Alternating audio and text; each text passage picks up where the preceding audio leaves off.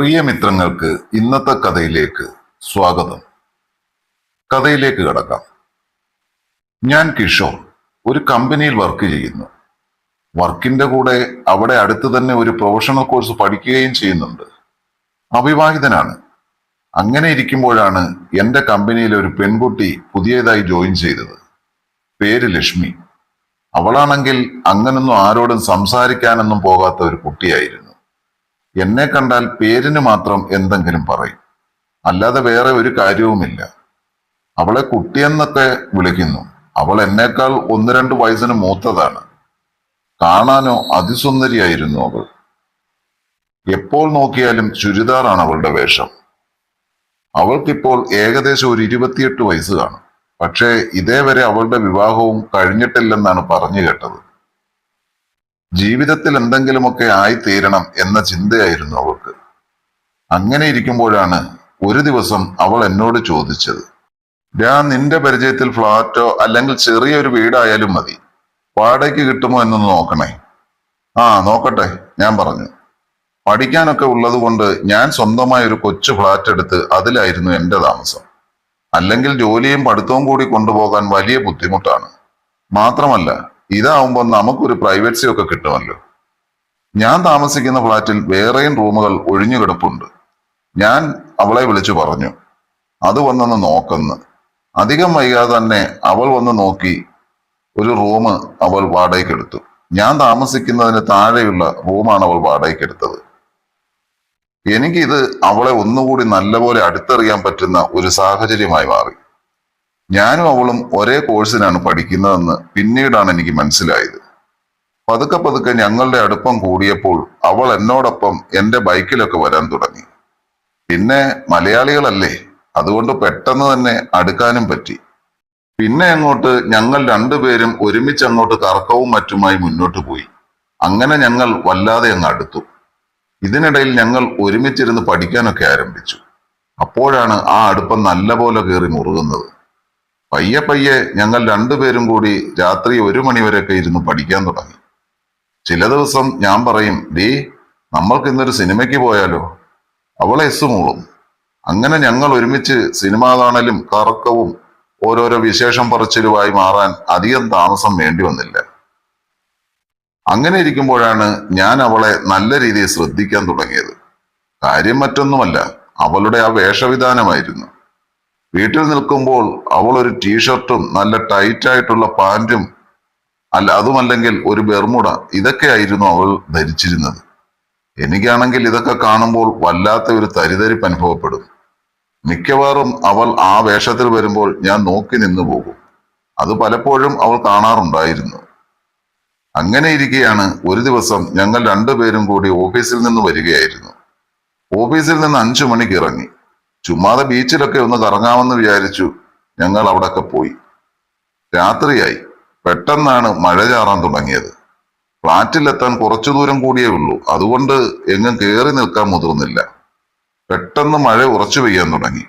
രണ്ടുപേരും നല്ലപോലെ നനഞ്ഞു. തണുത്തു കുറച്ചാണ് രണ്ടുപേരും ഫ്ളാറ്റിലെത്തിയത്. മൊത്തത്തിൽ നനഞ്ഞപ്പോൾ വിചാരിച്ചു പോയൊന്ന് കുളിച്ചേക്കാം. അങ്ങനെ ഞാൻ പോയി കുളിച്ചേച്ചിറങ്ങിയപ്പോൾ കതകിലാരോ മുട്ടുന്നു. ഈ സമയത്ത് ആരാ?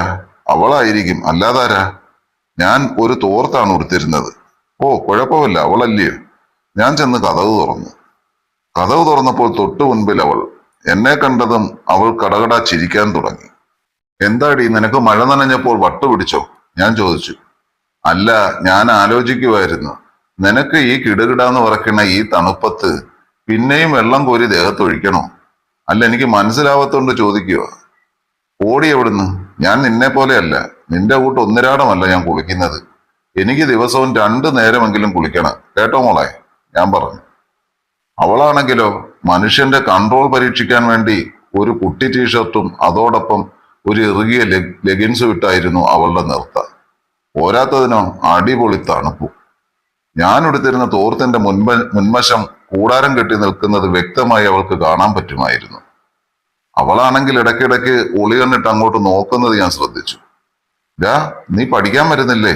പോയി തുണിയെടുത്ത് എടുത്തോണ്ട് വാടാ, പഠിക്കാം. ഇന്ന് ഞാനില്ലടി, എനിക്കിന്ന് പഠിക്കാൻ ഒരു മൂഡില്ല. നാളെ മുതൽ നമുക്ക് പഠിക്കാം, ഞാൻ പറഞ്ഞു. പിന്നെ എടാ നിനക്ക് പിന്നെ എന്തോത്തിനാടാ മൂട്? നീ വരുന്നോ ഇല്ലയോ? അവൾ ദേഷ്യത്തോട് ചോദിച്ചു. എനിക്കിന്ന് വയ്യടി. പുറത്താണെങ്കിൽ നല്ല സൂപ്പർ മഴ, അതുപോലെ നല്ല സൂപ്പർ തണുപ്പ്. ഹോ, പുതച്ചങ്ങോട്ട് കിടന്ന് ഉറങ്ങാൻ തോന്നുന്നു. നമുക്ക് വെളുപ്പിനെ എണീറ്റ് പഠിക്കാം. അയ്യോ, നീയോ? കൊള്ളാം. വെളുപ്പിനെ എണീക്കുന്ന ഒരു മോൻ നടന്നത് തന്നെ. നീ പോടി അവിടുന്ന്. ഞാൻ ഇതും പറഞ്ഞ് ബാൽക്കണിയിലേക്ക് നടന്നു. അവിടെ ചെന്നപ്പോ ചെറുതായിട്ട് മഴവെള്ളം തെറിക്കുന്നുണ്ട്. പോരാത്തതിന് നല്ല തണുപ്പും. അവൾ പോയി ലൈറ്റ് അണച്ച് അവളും അങ്ങോട്ടേക്ക് വന്നു.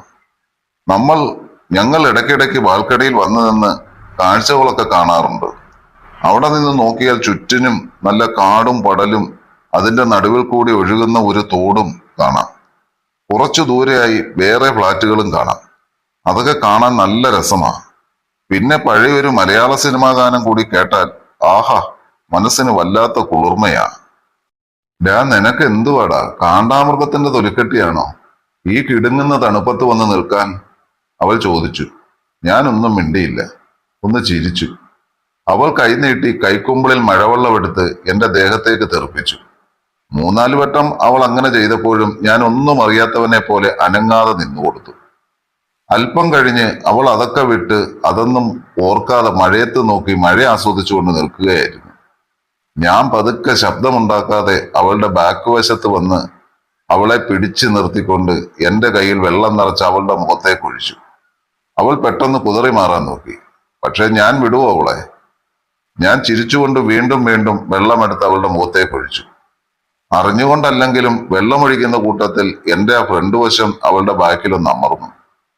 നിനക്ക് മാത്രമേ വെള്ളമൊഴിക്കാൻ അറിയത്തുള്ളൂടി മോളെ, ഞാൻ ചോദിച്ചു. ഓടാ ദുഷ്ട എന്നും പറഞ്ഞ് വീണ്ടും എന്നെ വെള്ളമൊഴിക്കാൻ കൈനീട്ടിയ അവളുടെ 2 കൈയും കൂടി ഞാൻ പിന്നോട്ട് പിടിച്ചു വെച്ചു. എന്നിട്ട് പറഞ്ഞു, എടി ഭയങ്കരി, നീ പിന്നെ എന്നെ വെള്ളമൊഴിക്കാറായോ? ആഹാ. അവളുടെ 2 കൈയും ഞാൻ വിടാതെ പിടിച്ചോണ്ടിരുന്നു. എന്റെ ഫ്രണ്ട് വശം നല്ലോണം അവളുടെ ബാക്കിൽ അമർന്നു. അവൾക്കത് മനസ്സിലായി. പക്ഷെ അവൾ അറിഞ്ഞിട്ടും അറിയാത്ത രീതിയിൽ തന്നെ അങ്ങനെ തന്നെ ചേർന്ന് നിന്നു. കുറച്ചു നേരം ഞങ്ങൾ മിണ്ടാതെ അങ്ങനെ തന്നെ നിന്നു. ഈ തണുപ്പത്തും നിന്റെ ശരീരത്തിന് എന്ത് ചൂടാണടി? ഞാൻ ചോദിച്ചു. എനിക്ക് കൊച്ചുനാളിൽ മുതലേ എന്റെ ശരീരത്തിന് നല്ല ചൂടാ, അവൾ പറഞ്ഞു. ഞാനാണെങ്കിൽ അവളുടെ ബാക്കിലേക്ക് ഒന്നും കൂടി ചേർന്ന് നിന്നു. ഞാൻ പതുക്കെ അവളെ ഒന്ന് തലോടി. ചെറുക്ക, ചുമ്മാതിരിക്കി, ആരെങ്കിലും കാണും. ഞാൻ അതൊന്നും മൈൻഡ് ചെയ്യാതെ നിന്ന്. ഒന്നാമത് ബാൽക്കണിയാണ്, ആൾക്കാർക്ക് ദൂരെ ഒന്ന് വേണമെങ്കിലും കാണാം. അവൾ കുതറി മാറാൻ ശ്രമിച്ചുകൊണ്ട് എന്റെ കയ്യിൽ ചെറുതായിട്ടൊരു കടി കടിച്ചു. എന്നിട്ടും ഞാൻ പിടിവിട്ടില്ല. എന്റെ 2 കൈയും അവളുടെ ശരീരത്ത് പല വികൃതികളും കാട്ടിക്കൊണ്ടിരുന്നു. കുറച്ചു കഴിഞ്ഞപ്പോൾ അവളിൽ നിന്നും ഒരു സുഖത്തിന്റെ മൂളൽ കേട്ടു. എന്നിട്ട് എന്റെ നേരെ തിരിഞ്ഞു. അവളുടെ കണ്ണുകളിൽ ആ കൊതി മങ്ങിയ വെളിച്ചത്തിലും എനിക്ക് നല്ലപോലെ കാണാൻ കഴിഞ്ഞു. പിന്നെ ഞാൻ വെച്ച് താമസിപ്പിച്ചില്ല. അവളെയും കോരി എടുത്തുകൊണ്ട് ഞാൻ എന്റെ റൂമിലേക്ക് നടന്നു. ഒരു കൊച്ചു കുഞ്ഞിന്റെ ലാഘവത്തോടെ അവൾ എന്റെ കയ്യിൽ കിടന്നു. പുറത്ത് അപ്പോഴും മഴ തോരാതെ പെയ്തുകൊണ്ടിരിക്കുകയായിരുന്നു.